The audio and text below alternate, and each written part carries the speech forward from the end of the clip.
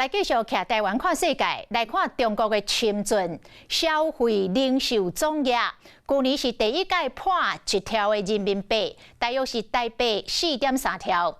讲上大的功劳者是香港人，因为甲香港比起来，深圳的物价加正俗，只有香港的一半，也就是1/3。香港人到深圳食、啉、佚佗、买物件，拢真会好。讲每一个周末到深圳消费的香港人高达40万人。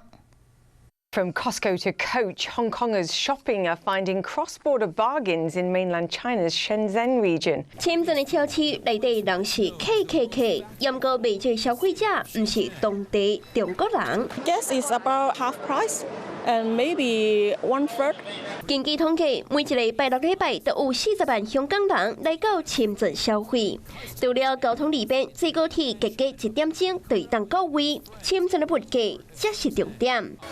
First stop, a toy store. Next, Peking duck at a popular local restaurant.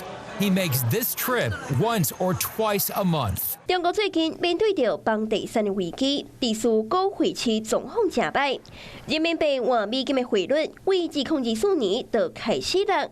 香港币汇率变悬，互深圳正做消费天堂。 Costco store in Shenzhen. You can certainly get paper towels in bulk. 随着时代变迁，因为中国民众走去香港买物件的状况已经改变，现在是香港民众前往深圳反向消费。